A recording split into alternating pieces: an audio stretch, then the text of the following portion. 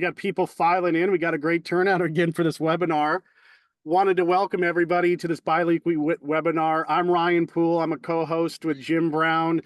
For people that don't know, I'm a real estate agent, been doing this over 20 years, like a lot of you here on this call. Love the real estate industry. I'm also the founder of RealTrade, which is an online marketplace and social media platform for real estate. I implore everybody to check that out. It's free. You can go to realtrade.io or to Google RealTrade, create a free profile, and start getting leads directly off your own listings and manage that. And you can also go connect with awesome service providers like Jim, like Jeff Stewart on this call that can help you close more deals and be more efficient. Happy to host this with Jim. You know, this has been a scary time, guys.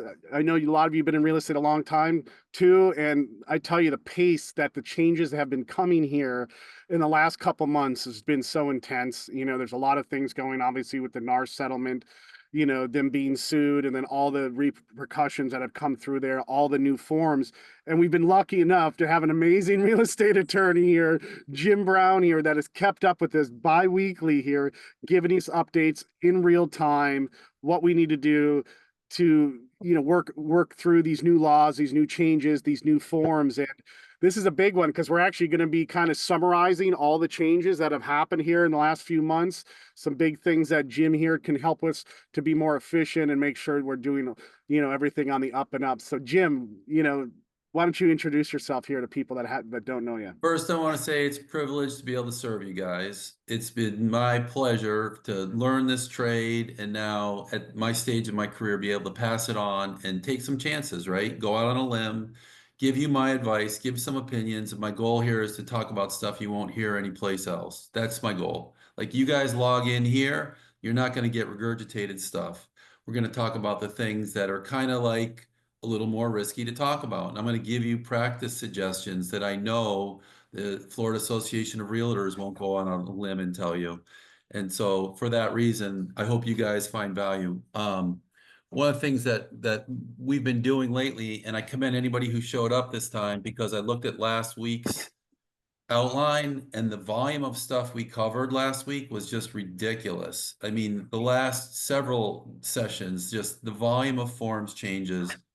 And so anybody who's showing up today, you're forward thinking, you're progressive, you want to be ahead of the ball, and for that reason, you're going to succeed. There's no dumb questions. I think we have it's been pretty good when people wanted to chime in mid-session. Don't hesitate. Yeah. You can put your questions in the chat section. Ryan, I'm on a small screen today. If you could. Yeah, no, I'll get to the questions in the chat, and I'm letting everybody in as a bunch of people are filing in right now, Jim. So if you have any questions as we go, you can write them in the chat. You can raise your hand. We want to make this conversational as we can because, hey, we're all working through this. You know, this is some big changes. A lot of stuff's coming at us real fast, and, you know, we want to make sure that we're getting all our questions answered. And number two, that we can share, you know, that we can learn from each other. Yeah, that's the real value here, Ryan, right? I always say iron sharpens iron. We sat as a team yesterday at the title office, and we started talking about one little element of the things that have happened over the last 4 or 5 months, one little piece. And we're going to do a deep dive on that today. And it started what, Tajay? 3-hour discussion, 3.5-hour discussion between people who look at everybody else's work. We couldn't come to consensus on some of these things. So I put a lot of thought into today. Instead of doing instead of doing a dozen different things, I'm going to mention a couple of things that I think are really valuable to you guys. And then we're going to do a deep dive on something that I think we can all get ahead of the curve on. You can always text me 24/7. If you go to newpathtitle.com, you'll see 24/7 attorney support. And then at the end of the show, we're going to do some time-saving tips. I'm getting nervous. I keep seeing people show up. We're going to do some time-saving tips for agents.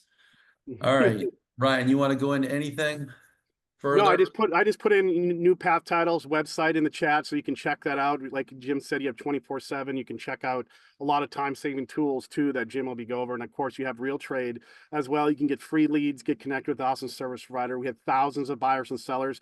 We're going to be doing a new advertising push for more buyers and sellers to bring them on the platform. We're really excited about that. So we got some new developments too, Jim, for buyers and sellers. That's going to bring us even more. So we're excited. Are you seeing the screen share? Yep, I can see it side by side there with the new outline And then also the compensation agreement, owner listing broker to tenants broker. All right, sounds great. I'm not seeing you guys, so if Ryan, you can clue me in if people are having a hard time, that'd be great. Sure, no problem. All right, so let's see. How can I move this toolbar? Oy vey. All right, so it's October 2022, 2024. The Florida Realtors have modified or created almost 24 new forms in the past 4 months, and I've just found another one today as I was preparing for this session. I've been in real estate 40 years. There's a lot of change. Don't let anybody tell you differently. The reality is, however, we're never going back. And if you're just coming into the business, this is the way it's going to be done moving forward. So we all got to embrace it. You know, embrace the suck. It's what I tell my kid all the time. She's in medical school. I say, embrace the suck. It's just the way it's going to be. Agents have to check on the law and the rule changes frequently. The reality is that a little bit better? Yeah, it's a little bit bigger. That's good. Yep. There we go. All right. Agents have to check on the law and the rules frequently. Uncoupling is coming. I'm going to go out on a limb. It's coming for sure. And let's prepare now. In the last 6 sessions, we've covered too much material. Today, we're going to drill down deeper on just a couple of topics. Let's look at where we came from, and then we'll talk about where we're going to go. March 24th, we had the class action judgment, granted preliminary approval to the proposed settlement. Hello? It's almost a year ago, hard to believe. August 17th, we went into the practice changes. That seems like forever ago. And now we're already doing this stuff. November 26th, though, we still have the final hearing for the approval on the order imposing the changes. So the thing I want to stress here is that there was no judge that said we had to do what we're doing now. These are self-imposed changes by an industry. The industry decided it was better to settle than fight from an industry perspective. It's not an admission of guilt. If anybody talks to you about, if you hear your clients say, well, but the realtors were guilty, that's not the case. The association decided it was better to settle than to continue fighting from a financial perspective and from an industry perspective. Where are we going?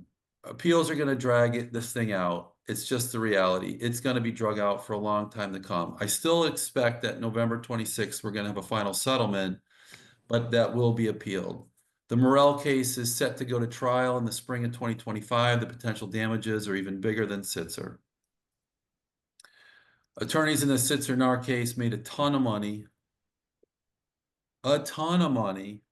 If you see, we went over it briefly, some of the damage claims. The dollar values for some of their hourly amounts are stupid. And I think the highest paid attorney was $3,500 an hour. There was attorneys that were claiming over $2,500 an Are you hour. kidding me? Dude, this is so much. No, straight up. And I heard a really good analysis, that same group of lawyers that were talking about the property rights claims in North Carolina with all the properties being damaged and the obscured boundary lines. They were talking in depth about the settlement and how unfortunate it was. And these are attorneys criticizing attorneys. These weren't real estate agents criticizing attorneys. These were attorneys criticizing attorneys. And the summary of the discussion was a huge fat financial settlement wasn't necessary, that the changes to the industry that are going on, and we're going to talk about it more, uncoupling and privity. Those are the 2 big things I've been mentioning from the start, and I hear more and more discussions between brokerage attorneys at the senior level, and they're talking about uncoupling and privity. But basically in the podcast, they were talking about how unfortunate it was, how expensive to the industry it was, and what a black eye to the industry it was. And these are attorneys criticizing attorneys. You don't see that. So unfortunately, there are a lot of eyes on Florida.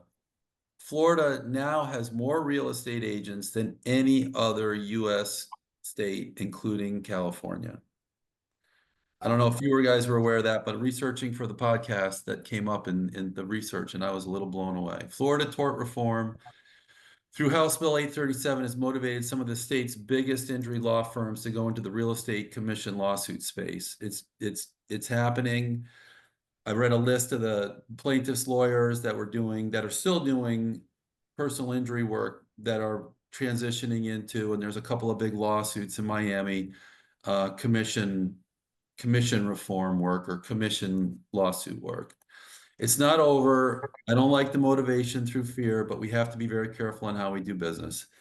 Most importantly, and we can do this, it's not a stretch, but we have to use our collective thinking power and think critically.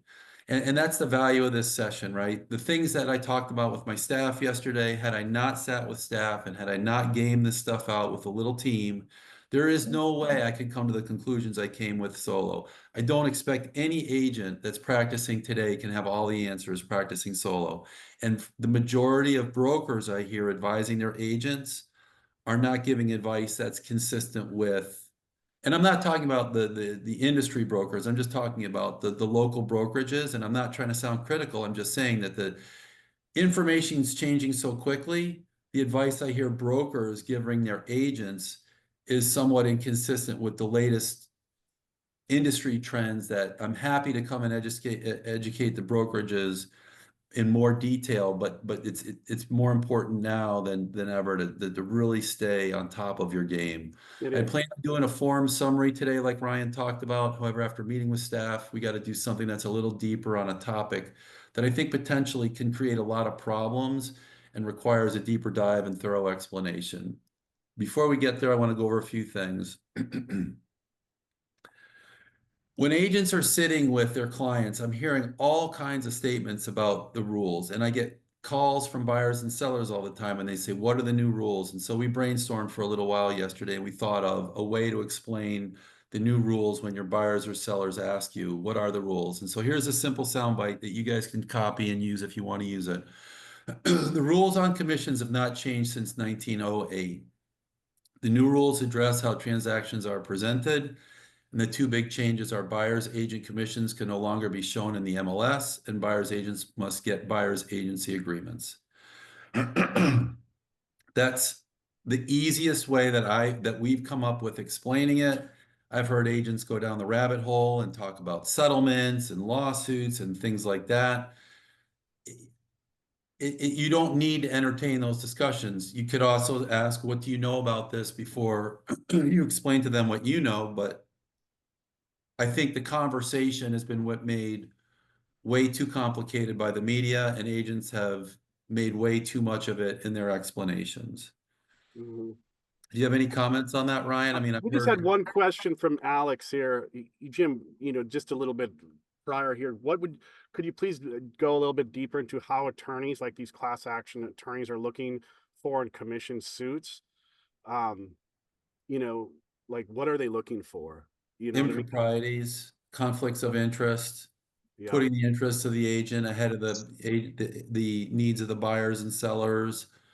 I would say a broad statement of steering, but that all falls into the category of agents putting their needs ahead to get commissions of the buyer's desire to find a property and the seller's desire to sell a property. So He we'll go makes over. yeah, he makes a good point. So how can they sue, and the rules, because they haven't, they haven't literally, like, the suit isn't finished, right? Because there's been no there's been no settle. I mean, there hasn't been, like, the settlement hasn't been finalized. So how can they sue if the rules aren't legally binding yet? So the first lawsuit was the Sitzer NAR settlement. That's the ruling that's coming out November 27 of Yeah, this year. yeah. There are additional lawsuits that'll further refine the rules. The Department of Justice is still examining the rules, and the rules on impropriety have existed forever. The rules on Steering. steering, agents putting their needs ahead of the needs of the buyers and sellers, those are general agency principle rules. Those have existed forever. Okay. So they'll just basically try go after the rules that are already in place, and as the rules change, then of course they're gonna work those angles too to make a buck. And if you've noticed, the Florida bar, all the new Florida bar forms have at the very bottom of the form a statement that this form is not legally binding, and it's not subject, it's subject to legal interpretation. I mean, the Florida Association of Realtors knows very well these issues are not settled. These are going to be ongoing issues. And so they're disclaiming their role in it. And they've given you guys a ton of forms. that I think we can dramatically simplify, and we'll do that in a future episode. But I think this one particular topic requires drilling down, and when we talk about it more, I think your answer will be more clearly, and your question will be more clearly answered. Awesome. So we've made a closing cost calculator. This is from a practice perspective. We made a closing cost calculator, which helps with today's deals. Buyers and sellers have a hard time wrapping their head around the impact of commissions on the global deal. NewPathTitle.com now has inputs for seller concessions and buyer agent costs, and you can use this when you sit with your listing client. You can use it when you sit with your buying client. We have a ton of agents that are calling us and saying, hey, can you prepare this and can you prepare that? The reality is you're going to go to the meeting and they're going to have questions that you didn't anticipate. And so if you get used to using the tool, it's going to give you guys a lot of help. So you go to NewPathTitle.com. You click at the very top of the page on the calculator symbol from your phone or from a PC. It's going to give you a couple of different options. You select the seller's option. We still got to make a couple of tweaks to the buyer's option. This stuff just takes a long time. You choose a purchase price. I mean, you can key in your own purchase price. I've been testing it, so the purchase prices were in there. This stuff all defaults to percentages. So you type in the commission that you're going to pay your agent. You type in the commission that you're going to pay the buyer's agent. So if you're sitting with the selling agent right now, this is the form you'd use. You put in your transaction fee if one exists. And then you also have the additional input now of a seller's concession to buyer. You can type it in either a percentage or a dollar amount, as you can with all the rest of them. There's more boxes here than ever, but at the end of the day, it gives you a real opportunity to see all the different values and how it affects the transaction. And listen, if it's confusing for us, could you imagine being a buyer or seller who does this once every 3 to 5 years? There's a careful balance between information overload and what you give somebody to make a decision on. And we've tried to strike that balance. We've actually taken some of the functionality off of the tool, and we've included some functionality that's more consistent with today's transactions, and finding that balance is not easy. It's not easy at all. Is this property in a homeowners association? Who's paying for title insurance? We'll just click yes. The seller, because it's Palm Beach County, although that's by rule, not by law. Is the property in Miami-Dade? No. So then you can click go, and you're going to get the purchase price. You're going to get the first mortgage payoff, the second mortgage payoff, the settlement fee, the title search fee, all the different fees that go into it. And then you're going to get a summary of the seller's total estimated proceeds and then the seller's total estimated closing costs. We're going to add another box in there that I think will be for just the commissions. So we'll break the commissions out of the seller's cost to close. So we'll have two lines. It'll have a closing cost summary and it'll have a commission summary. And if you guys have anything that you think is valuable, text us and let us know, and text me and let me know, and we'll include it in there. Or let Tajay know Yeah. and Christian, and Yeah, we'll we got a couple quick questions. I know we're moving through this. Maybe go back to the outline, Jim. But Federico says, are we going to be paying the settlement and lawsuit costs as increased NAR membership fees? May we expect they have air and emissions insurance or similar? I mean, it's my understanding that your broker, right, you have to buy airs and emission insurance separately from your NAR fees. That's my take Oh on yeah, that. everybody should have their own professional liability policy. If you don't have it, your broker should have it. Not everybody should have it. Your broker should have it, Yeah. and you should be covered. We can definitely do a deeper dive on that whole topic, but I've heard lots of discussions both ways. But the reality is, if you're included in the NAR settlement, which only a couple of brokerages aren't, then individual agents should not have liability. Individual brokerages at the franchise level should not have liability. Mm-hmm. As far as the fees, I know for the beaches MLS, it's mandatory. You have to join NAR, right? And from my understanding, those fees did increase this year, including the NAR fees and all the other fees. So, I'm sure, things will get passed down, right? I mean, which that's a whole nother conversation about NAR and having to be mandatory members to be on the MLS and different things like that. But Alex had a quick question. When you read these newer documents, buyers or sellers are now called consumers. This is beyond confusing. What's your take on that, Jim? What's your take on that? When we first started this thing, I just want to show quickly before we get off the topic, there's a buyer's side too, which has the purchase price, the loan amount, the realtor transaction fee, the buyer's realtor fee, and then a seller's concession. So when you plug in all those numbers, you can see the effect of seller's concessions when you're structuring your BBAs. I haven't seen any other title agents or providing tools like this to you guys. I hope you find it valuable. Again, if you have any inputs, just text me and we'll make the changes. Getting back to that.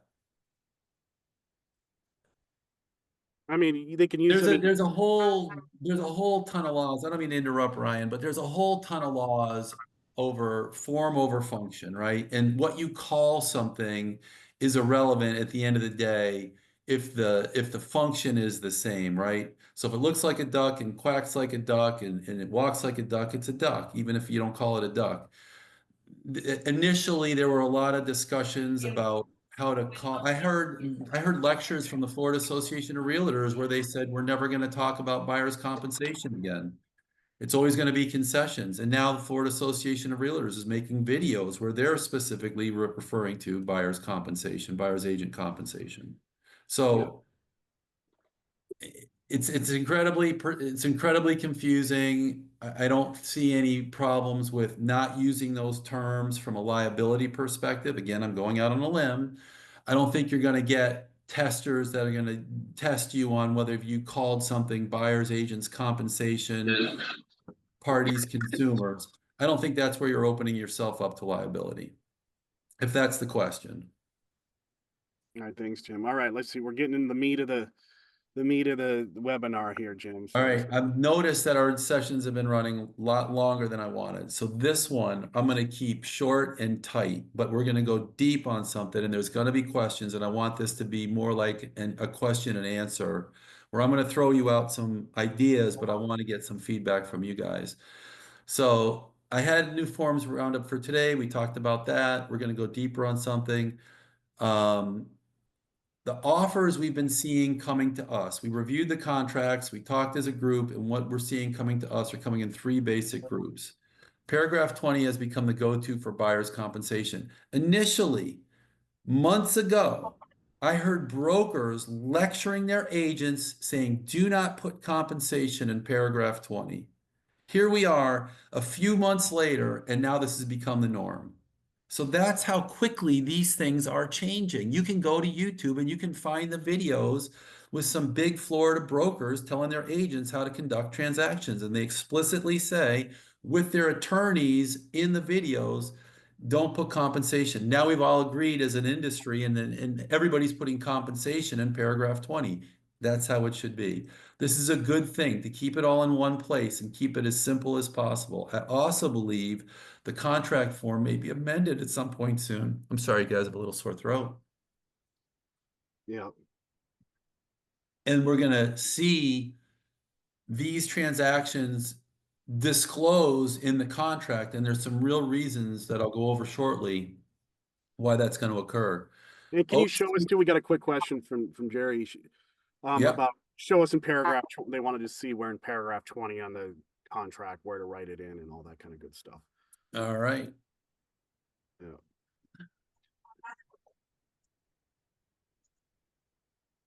Got this crazy toolbar at the top I can't seem to escape that keeps popping down. So here you're going to select the form, you're going to go to the far bar, as is paragraph 20 is the paragraph where we're allowed to add additional terms. And I can't find any history of it. Well, anyway, so here's the paragraph 20. This is the additional terms. This keeps everything in one place. I think compensation offers in the additional terms is a great thing to do. Here you have the addenda paragraph that we went over last week. They snuck in FF and GG for about a 2 or 3 week period, and then they took out addendas FF and GG, which were pertaining to compensations. which is a whole nother discussion and we're going to dramatically simplify today. But make a note, these things are changing and they're not, see this revised 824? There was no revision 0.1 and 0.2 and 0.3. They're taking stuff out and putting stuff in and not adding revision provisions to the revision statement. That's a lot of revisions in one sentence. All right, always keep that uncoupling theme in the back of your mind. Parties pay agents, agents don't pay agents. Buyers and sellers pay agents, agents don't pay agents. That uncoupling thing is going to be really important as we move through this next section. Always keep the concept of privity in the back of your mind. Rights of a contract exist only to the people who signed the contract. So we've got a couple of different contracts working in harmony here, right? We've got compensation agreements, which are between, I want to tell you, only sellers and buyers agents. And then we've got contracts, which are between buyers and sellers. And at the very bottom of the Florida form, we took away the percentages and the way we used to do it in the as-is form. Remember, not long ago, this form had agents and percentages, right? Now it just says agent. Yep. It doesn't get into percentages. Why? Because buyers and sellers can always change what they agree to pay the agents, and that doesn't affect the contract between the agents. So there's an inherent disconnect there, and there's a reason why I'm drilling down so deep on this concept. In a second, you'll see. Uncoupling and privity are the two big things that will keep agents out of trouble moving forward. What is privity? Privity is the rights of parties who sign agreements and the effect that it has or doesn't have on third parties. And uncoupling is the concept that sellers are paying buyers agents and buyers are paying buyers agents, but agents are never paying agents. Yep. We got questions coming in here in real time, Jim. Maybe that's good. We got a lot of questions coming in. All right. Ron had a question here. On the MLS, there's a yes or no box for seller concessions. If the seller agrees on the listing agreement to pay the buyer's agent commission either directly or through the listing broker, is that considered seller concession for purposes on the MLS box? The MLS concession is a broad statement that the seller is going to pay the buying side some money, the buyer some money. How the buying side uses that money is up to the buying side. There's a lot of creative agents early in this revolution that were putting like 3 cookies on the counter in their videos and 3 pillows on the couch and making videos and alluding to like that represented the commissions. That has nothing to do with what's going on today. Don't do it. Agents have already gotten penalized for it. When you guys put a concession in the MLS, that's a broad statement that the seller is willing to pay the buyer some money, and how the buyer uses it is up to them. Mm-hmm. All right, a couple of other quick ones here. Couldn't you just click on the other box on the contract and include the compensation addendum there too? And then it'd be attached to the contract. Would that suffice? We're going to go over we're going to go over in a second why that's not a great idea. Okay. But Get yes, into that. we're going to drill. That's the deepest thing we're going to drill down on in the next 10 minutes. Awesome. All right. What's the next thing? Is there any Brian Pruitt had a question. I have also seen it added to seller's costs, page 4, line 197. Is that appropriate? That's the danger of doing live shows. Yeah. I have not seen that. I don't think that's inappropriate, but I can tell you a better way to do it. All right. So let's get, we're all making, I think that the consensus is we're making references to a compensation agreement. And I'm going to go over in a minute why basing your contract on a compensation agreement is not a good idea. Okay, let's do it. That's the deepest part of what we're talking about today. This is so awesome. I mean, no one's doing this.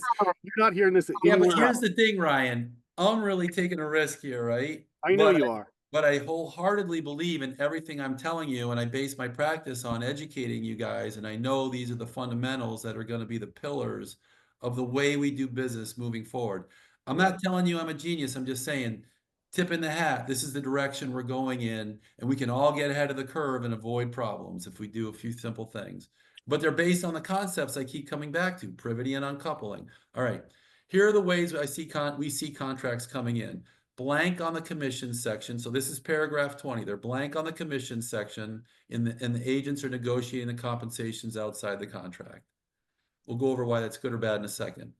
The second way we see contracts coming in is they say something like the seller will sign a buyer's agent's compensation agreement. It's something to that effect. And that's the majority of the ways Brian and the other people who just commented were talking about conducting their transactions, I believe. We also see the third way we see them coming in is it says something like the parties will agree to a certain rate of buyer's compensation right in the contract. I like 3 the best, and here's why. Number 1, I call it the blank 20. These are just some names I made up. Number 1, I call the blank 20. It provides too much back and forth that can be eliminated at the onset. The Florida Association of Realtors even created a form for this.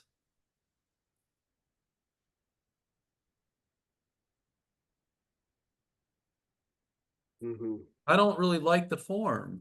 It just encourages more back and forth.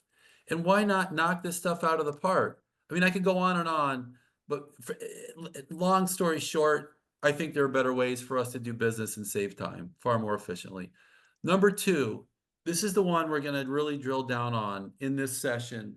Why I didn't go into going over all the forms, why I think agents have to really hone their craft, but this is not a stretch. This is not a big deal. This is nothing out of the ordinary. Unwrap your head aroundable. This is easy stuff to do. Number 2, I call the compensation agreement 20. This is where, as Brian said, on the seller's expense side of the contract or in paragraph 20, agents are writing something like they're going to put the compensation agreement is going to be signed, and we'll go over an example of why that's a problem. And it just has this vague statement. I'll write something in there before I publish the outline of what we're seeing, like the parties agree to sign a compensation agreement. It inherently creates a disconnect and runs afoul of the concept of privity and can lead to a train wreck if poorly administered or explained. And here's why. Buyers and sellers sign contracts. However, sellers and buyers, agents sign compensation agreements. Full stop. There's so many complications that can arise from this. I'll give you an example. We had a deal where paragraph 20 said the contract was contingent on seller signing the compensation agreement, and that's a paraphrase statement. And the compensation agreement said 3%. The seller struck the 3% and wrote in 2% and signed the contract and initialed the compensation agreement. Buyers don't sign or acknowledge compensation agreements. And in this transaction, the buyer did not sign or initial the contract after the seller's changed to the compensation agreement because everyone thought there was a contract. You guys, there is such a disconnect on interpretations of what I just told you between people who are fully schooled. Could you imagine buyers and sellers trying to wrap their heads around this, where they only do these deals once every 3 to 5 years? It's not going to happen. The deal came to us for closing, just like I told you. So to recap, there was a contract signed by buyer and seller, and there was a compensation agreement that said a 3 offered by the buyer, and the seller struck the 3 and wrote in the 2 and initialed it. But the buyer never saw it and possibly never acknowledged it. Ryan, is there a show of hands or anybody shaking their head or any comments in the Yeah, I mean, I think we're all just, I mean, these things get so, so complicated, especially, that's why I said, like, let's go over the simplest way to do this. You know what I mean? Which I Okay, think so here's my question. And I want everybody to say, show of hands. Did a contract exist based on the facts I just told you? Did a contract exist based on the facts I just told you? Yes. My understanding, no. I would say no. Yeah. But everybody went to closing and nobody had a problem. And it's like a red light. If there are no cars in the intersection when the light turns red, there's never going to be an accident. But we all know if you run a red light long enough, there's going to be a major problem. And this is a major problem headed for a train wreck. We'd all agree if the seller's financing rider, all right, so now frame this thing in a way that we can all wrap our heads around. If this was a seller's financing deal, right, where the seller was giving a mortgage, and in paragraph 20, you said that the buyer wanted to get 8% interest and the seller countered and offered 10%. We'd all say there was no contract, right? Correct. It's the same thing that just happened here. Right. We'd all agree the term in the paragraph 20 would stand out as a counteroffer. But the problem here is the buyer doesn't sign the compensation agreement. And we've made it a material term of the contract by saying simply, not calling out a compensation. We just said, in this one, it says, it's contingent on the seller signing the compensation agreement. That's what was in the contract. And we'd all agree, let's see, why make a form that the buyer and seller are not signing a part of the contract? And this is the example that comes to mind. This is like signing a contract to paint your house. And the contract says it's subject to an agreement with a paint supplier at a stipulated price. But the paint supplier can change the paint price in the contract without the homeowner's consent or potential knowledge. You would never do that.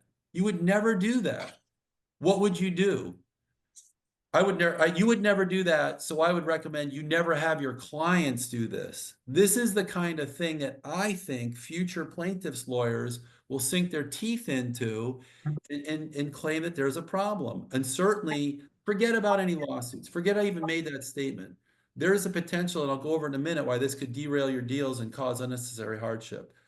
Wouldn't you put the paint price in the contract? The easy answer is, if you're getting a contract to paint your house and the contractor says, I'm going to charge you 10 grand, but you got to pay for materials, wouldn't you put $2,000 in your contract for materials? The answer is yes. So that's how you should do your contracts. And everybody signs that agreement. You're not having the paint supplier make a separate agreement that's now becoming part of your contract that the paint supplier can change, and it has a material financial impact on you. Here's the problems. Did the buyer actually know they were spending more money?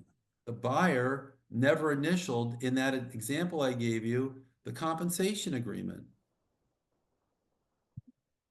What if the transaction coordinator for the seller side failed to send the compensation agreement to the buyer, or was slow to present it, like maybe even after the inspection period?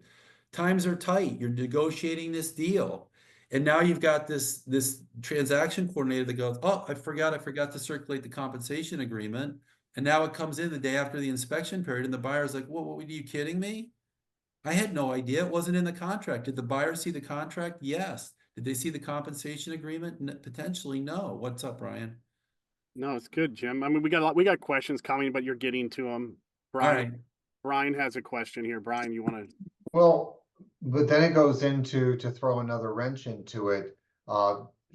Shouldn't they, before they put the key in the door, have had an buyer broker agreement stating that they would pay something? So whether it was 2%, 10%, whatever, if there's a disparity, the buyer has already, in essence, assigned to, committed to pay an agent a certain amount. I mean, I'm all for, yeah, tell I them. agree, but I don't disagree with what you're saying one little bit. But what I'm saying is, a buyer that signs a contract and has knowledge of this 3%, we'll go back to my example, this 3% burden being borne by the seller, but now the seller changing it to 2%, and the potential existing for the buyer not being aware of the change is the problem. Yes, legally, is the buyer obligated for the 2%, for the 1%, the difference? Yes. But how hard do you want to have that discussion the day on the eve of closing?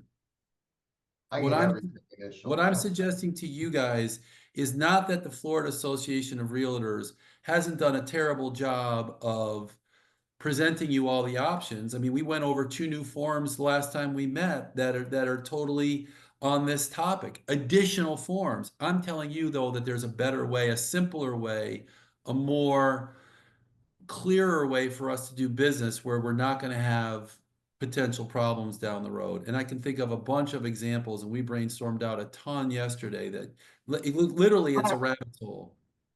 We spent 3 hours on what I thought would be a 1 hour, a 20-minute discussion. All right, so what if now this goes to your point, or the point I was trying to make. What if the buyer's first acknowledgement of the change was a draft settlement statement the day before closing? Who wants to have that discussion the day before closing? Who wants to explain this on the buy or sell side? Because although it's a buyer expense, there will be backlash, and they're going to be getting the seller's agent roped in. And so this is a very important point. Brian, I know I've made this over and over with your group, but I want to say it in this group. We have to do both sides of the job, right? If we're doing condo deals and we're representing the seller, we have to anticipate that the buyer is going to ask all those milestone inspections. We got to know all that stuff in the budgeting. We got to know all that stuff ahead of time. Yeah, is the burden on the buyer to go out and dig that stuff up, but we got to know that stuff ahead of time because we're just going to get to the closing table with that much less heartburn. Oh yeah, and here's a biggie, the buyer's comp agreement, right? So the buyer's compensation agreement does not have a provision that says that only the commission is due if it closes. What if the buyer cancels during the inspections period? And this is also a problem with the BBA and the showing agreements. Like, I'm not saying these forms are ill-conceived.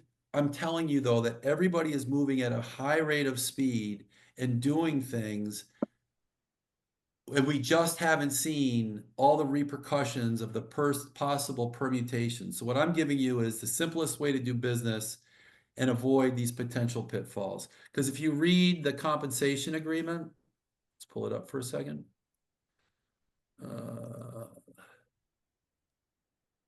Alta, right there. There you go. Select form. Listing agreements and disclosures, seller to buyer's broker. Here's the one I want you to use. This commission agreement, compensation agreement, seller to buyer's broker. That's the only one we should be in my opinion. And so here you're going to see that all it says is if the buyer's broker is the procuring cause of the sale of the property during the term, seller will compensate the buyer's broker as stated below. There's no statement in there that it's going to be at the closing. Now, is that a nuance that we will gloss over 4 million times and never have a problem? Yes. But is there some attorney that'll seize on that and create problems for us if a closing doesn't happen and they're demanding commissions? I'm just saying it's out there. And if you look at the showing agreement and the BBA, the last time I saw them, not the showing agreement, yeah, the showing agreement, not the touring agreement, there was no provision, there was no qualifier in there for when compensation was due. If they cancel during the inspection periods, same problem arises. I'm not throwing Florida Association of Realtors under the bus. I'm just saying we are traveling at a very high rate of speed to tackle all this information and to put this stuff into practice. And although I'm telling you the dust is settling, it's not settled. The FAR bar, Ryan, how far does the FAR bar go back? 20, 30 years? I should know this off the top of my head, but it's gone through so many iterations. Why? As soon as we see a problem, they modify the form. We do the same thing at my office. Number 3, this is the third way we see the stuff come in. I'll call this the commission 20. This is where they stipulate the commission number in the contract. The language for this provision that I like best is this. In paragraph 20 of the contract, you write, this contract is contingent on seller paying buyer's agent 3% of the purchase price at closing and seller signing a compensation agreement with the same values. With the same value. Now, what have you done there? You have done everything that needs to be done with regard to buyer's compensation, closing or not closing. More importantly, you've put the needs of the buyer at the same pace as the needs of the agent. There could be no conflicts. And you've set forth all the material terms between the buyer, the seller, and the agent in one document. And you've tied it into the signing of a compensation agreement. with one sentence, you've simplified your life dramatically. I So hate what to is it? So this is a little different. So you don't want to say seller side. You're saying now use the seller paying buyer's agent 3% of the purchase price at closing and seller signing a compensation agreement. What if it goes back to where the listing agent, checked off that they'll be paying You the can buyer? have that discussion, Okay. but and you can do it. This is the way I would suggest you tender the deal. Yeah. Everything in a deal is negotiable. And I won't tell you to not do the deal if they insist the commission is coming from the seller's agent. But what I will tell you is it's inconsistent with the concept of uncoupling.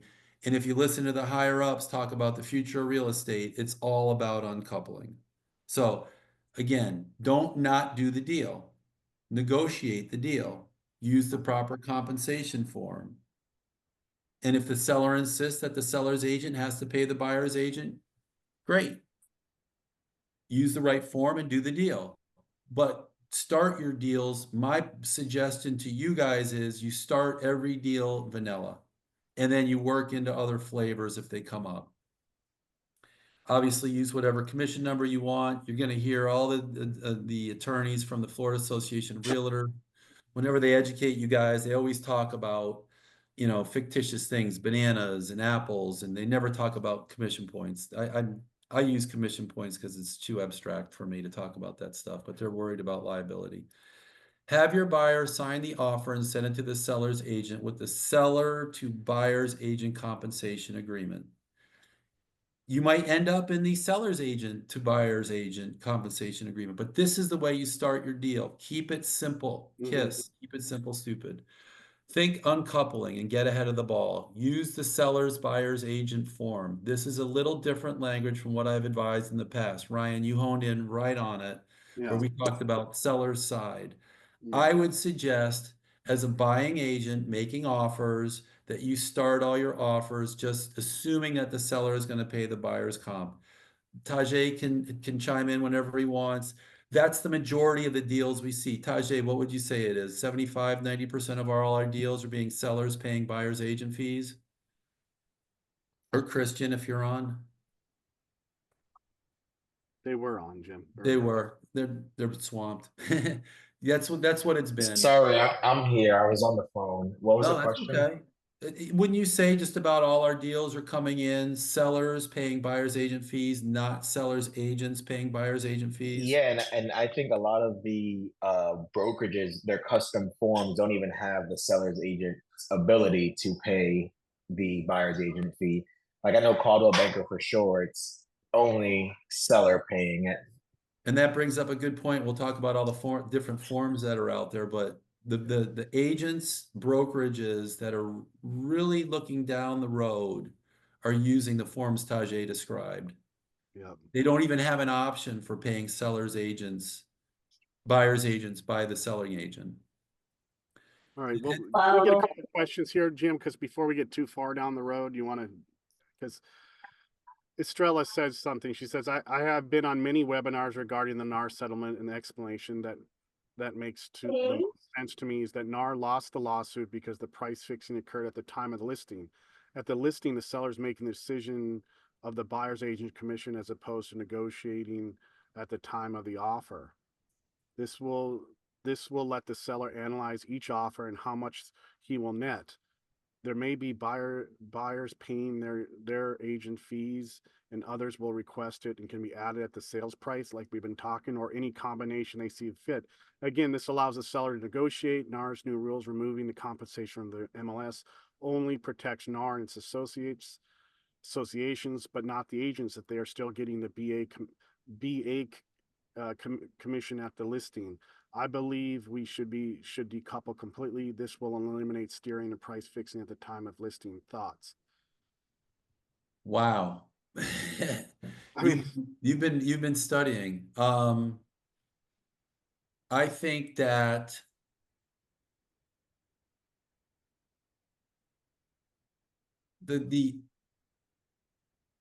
I think that there's relevance in having discussions with, if you're a listing agent, having discussions with your seller at the time of listing as to paying concessions, you know, buyer's comp or concessions, is an important topic. I don't think it should get gutted. I don't think a regulating body or the law should tell sellers. It's like clear cooperation. Sellers should have the ability to sell their property however they want, and we can go into clear cooperation in the future. That's another hot topic. Agreed, but I'm not saying not to have the conversation with the seller, is to explain, hey, some agents might get paid by their buyers and some agents are going to request it in the offer. So it's giving the seller the opportunity to negotiate at the time of offer. And after hearing all these different people discussing this, it's coming to that we're realizing that the reason we lost the lawsuit was because the seller's opportunity to negotiate was axed at the time of listing, when the agent said, hey, you're going to pay the buyer's agent compensation 3%, 2%. And that's why we lost. And that's the only thing that makes sense, because this 6% that they were claiming that we were charging as price fixing, no, it was because now I understand it, that it's at the time of listing where that price fixing came in. And that's why they're saying, oh, the 6% commission is no longer. And they're kind of right, because now if this comes to play the way I believe it will, at the time of listing, we ask for the listing agent's commission and tell him, Mr. Seller, let's see what happens at the time of offer. And this way he gets to negotiate. And buyer's agents out there can't be trying to call and find out what the commissions are or whatever, whether to show or not. And then once everybody, I know this is going to be a learning curve, but once everybody realizes that, hey, that's just the way business is done, just put it in the offer. Don't even call the listing agent to find out. Oh my Just God. put it in the Where offer. have you been all my life? Right here. No, I mean, that's exactly it. It makes sense though, right? And I think So- we're spinning our wheels with all these forms and no, just simplify it, do the listing. We're not going to get in trouble for price fixing, and the agents can't steer, and we negotiate, and the seller negotiated. And if Ryan, all I his really like offers came, working with you, but I don't know, man. Australia is I know. Well, I mean, hard. it is. I mean, it's a race. It's really, it's going to be, you know, as you make some great points. I just see it. Yeah, it's a race to the bottom, because you have Well, listing it's a agents race- going, hey, I'll sell you the deal at a 1.5 to list this. You know, I get a direct buyer. We'll negotiate my fees at that time with the, you know, for helping with the buyer. And if we get a buyer's agent, you know, representation with the buyer, then we negotiate at that point too. I mean, I definitely see that coming. What have I seen in practice though? From what I've seen so far, I've seen, you know, most of the listing agents saying, hey, yeah, we're offering, you know, 2.5%. The seller's offering 2.5 or 3%. but I think we're going to get in trouble with that again. yeah, I think I they're mean, going to come after us, because I think that's where the issue happened. I think that's why we lost, because really we weren't price fixing at 6%. The average around the country was like 5.25, and it varies, right? Some people take it at 4, some people take it at 7.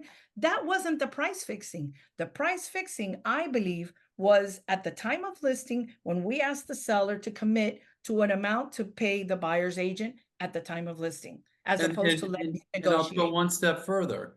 Who's the only person cutting a check at the closing table?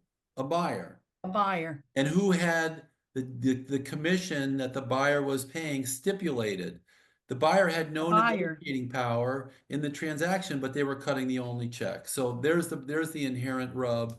And there's one thing that the lawsuit, that the attorneys that were criticizing the lawsuit brought out, is it was the easiest lawsuit on the planet to bring, right? So if you're a plaintiff's lawyer, you don't go around suing people for doorknobs that fall off and break your toe because the damages are small and the claims are few. Everybody buys a house. It's a big dollar transaction, and all you had to do to prove your point was sit a bunch of people in a jury box that didn't understand the commission structure. Game over. And once they saw the listing agreement with that commission already there. Yeah, but it's even worse than that. Like, people testified they had no idea what they were paying for. It was the easiest lawsuit on the planet. Do I like it? No, but the reality is, if you make your living doing hard things, this was the easiest thing to do with the biggest dollar values attached with the most people potentially in the damage pool. Yeah. In the So fight. if this is the case, they're gonna come after us again because Yeah. we're still doing it in a way, and we're even posting it on social media or websites or whatever. So the attorneys are gonna come back and says, hey, you're still price fixing at the time of the listing, and here's the proof. It's on all these websites, all these social media. So that's my fear, is Well, I that think NAR that- protected itself, but we're still open game here. I agree and I disagree. I disagree because there's all these disclosures, and we know majority of people Yeah. don't read the agreements, but there is a heightened discussion, and there are the decisions to be made about concessions being paid or not. So there's 3 elections in the listing form, and one of them is no commission at all. And I Yeah. would take it one step further, and I would say that the one that says commissions from selling agents to buying agents should be out of there. But here's the one problem I have with the whole thing of saying sellers shouldn't be able to offer concessions or compensation. The biggest problem I have is this. If a seller wants to do anything to sell their house, including giving everybody who comes to tour the house $100, including anybody who clicks on their website, their special website, $25, why shouldn't they be able to do it? Including Agreed. paying a buyer's agent Yeah. or paying a buyer. Why Yeah. shouldn't they be able to do it? And when we start talking about things like clear cooperation, and I didn't want to go down the rabbit hole, but we'll just do it for a second. Clear cooperation, if a seller doesn't want their property on the MLS, who is a regulating body to tell a seller? I'm going to go out on a limb with you guys because you guys might have some very different ideas on this. But who is a regulating body or a government to tell a seller, you have to list your property on a public forum if you want to sell it with an agent? It defies logic. We're talking about constraints on trade, and now we're going to impose constraints on trade because a regulator says it's proper. Brian, you've had your hand up for a while. I'm sorry, I have a reduced screen. You're the only one I'm seeing. No, I appreciate it. To Estrella's point, I mean, while I don't do the single agency agreement, I'm always a transaction broker. It's still in my best interest to help the people get the best deal they can. So if they sign an agreement, whether it's 2%, 3%, whatever, I don't disclose that. My thing is when people call, I'm going, please submit an offer. They are willing to consider everything, and they will look at all offers and be happy to discuss, period. Because And if you'd be I put, amazed how many people you guys see it firsthand. You know, I've done it myself in selling properties. I'll only accept this. And then when the offers don't come in and they finally come in, then I concede and I'm going back. Exactly. Have that home sit on the market for a month, and the things, the tune changes. I think Yeah. you make But- up a great point, Brian. It's like you can just tell the buyer's agent, say, hey, put it in your offer. If they like the home, put it in the offer. They might push you But harder. don't put it in the compensation agreement that the parties aren't signing. That's my big point. exactly, I just put it out there. Hey, you know what? They're excited about this. They'll love to see your offer. If you put it in writing, I'm submitting all offers, and they're considering every single offer individually. And that's what because it's But Brian, now you've kept yourself out of trouble. Yeah. You're doing the same thing every time the same way. And if there's somebody and you're doing it the proper way, and nobody can come back and say, and Australia made this point, nobody can come back and say Brian put his needs ahead of the buyer's needs. Why? Because the buyer signed that offer, and that offer had the compensation that the buyer wanted the seller to pay the buyer's agent in that one form.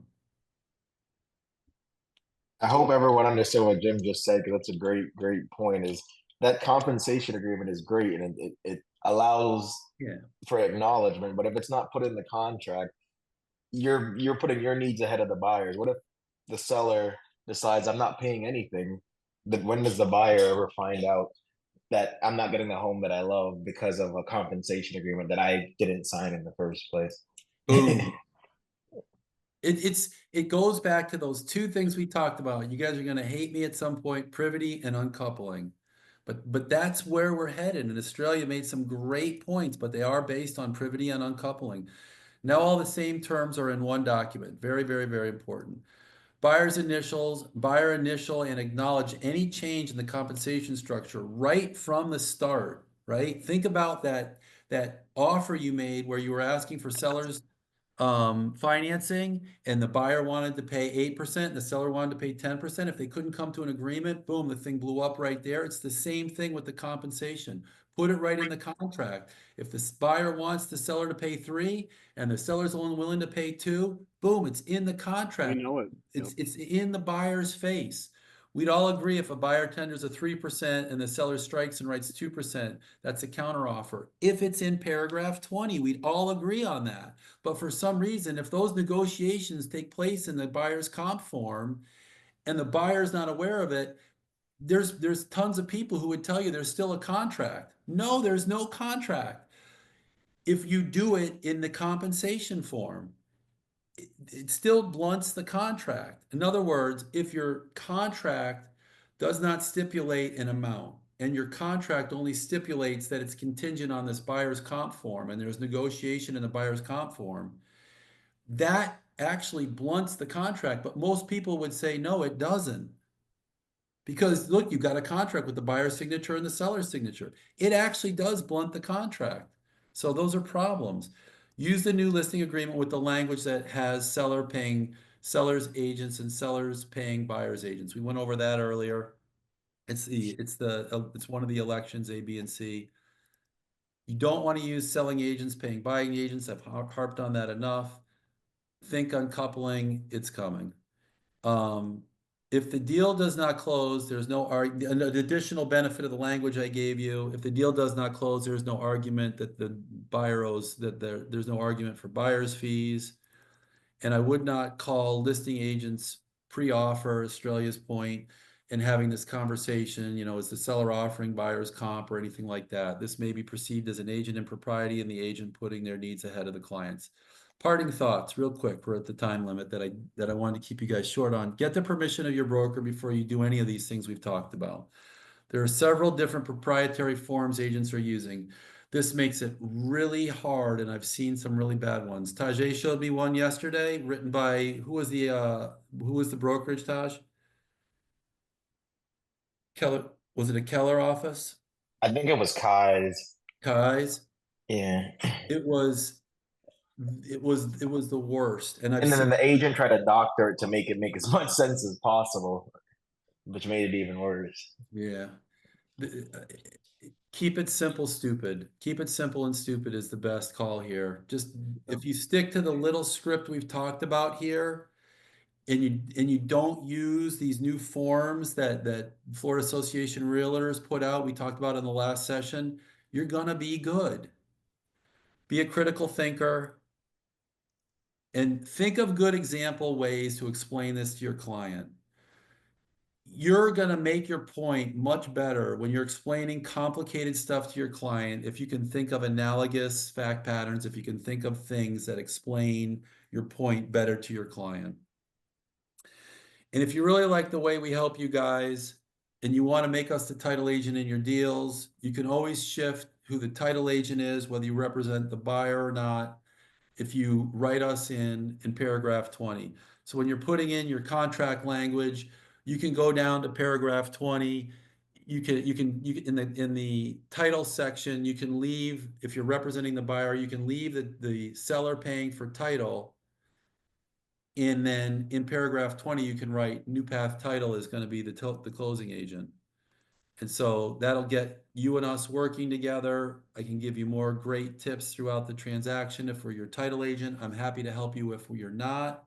This will still put the fees on the seller side, and you'll get, consulting with me and our great staff, and we're available 24/7. We're going above and beyond to help, and I'm happy to do it because it's winning us business and it's keeping the industry sharper and it's keeping us better trained agents. Oh, and the party who chooses title, many people are under the impression that the party who chooses title is by law. Palm Beach County and every county in Florida, the party who chooses title is just by custom. It's not by law.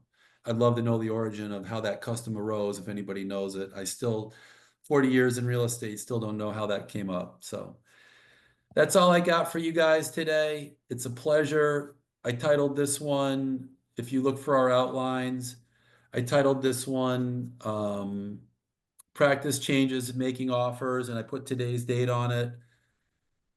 We'll do a deep dive on all the new forms coming up soon. If we don't do it in the next one, we'll do it after that. There's a couple of things that we gotta really go over with regard to milestone inspections that I think are important because we're seeing more and more deals Yep. derailed on that topic. No, I mean, they're all supposed to be done. I mean, they didn't change the law on the milestones that they're supposed to be finished by the end of this year, right? I mean, every con. Well, and then there's also a lot of practical stuff about using the forms and what the association has done and misconceptions that agents are having about what has to be done. And getting lending, right? I think that's the big piece is, okay, they're done, but will the lender lend after those milestone inspections? And those That's are what's all killing. conversations you have to have early on. And if you're having those conversations late in the game and the lender, great point, Tajay, and the lender's finding out about this stuff late in the game, wow. Wow. That's a whole nother wrinkle. That's why, You know, every mortgage broker is like, oh, we can close it, we can close it. I mean, we had 3 deals in September where I kind of knew from the onset the thing wasn't going to happen, and they, you know, switch lenders, and they're not going to lend in it until everything what's the is. huge practice tip right there? As a buyer's agent, you have to be making offers on properties that you know the milestone inspection issues up front and the budgeting issues up front. Otherwise, it could boomerang the lender at the end of the deal. And as a selling agent, you have to get that information in the buyer's agent's hands like that. And the buyer's agent has to get it in the hands And of price it competitively if you know it's going to be an issue. Don't and at sell the your listing. seller on that. Exactly. At the listing, you have to have those valuable conversations. You guys, if you don't show up next week, I won't blame you. Wow, Jim. Well, thank you. I mean, this has been some, I mean, condensing all this. Like I said, this is a moving target.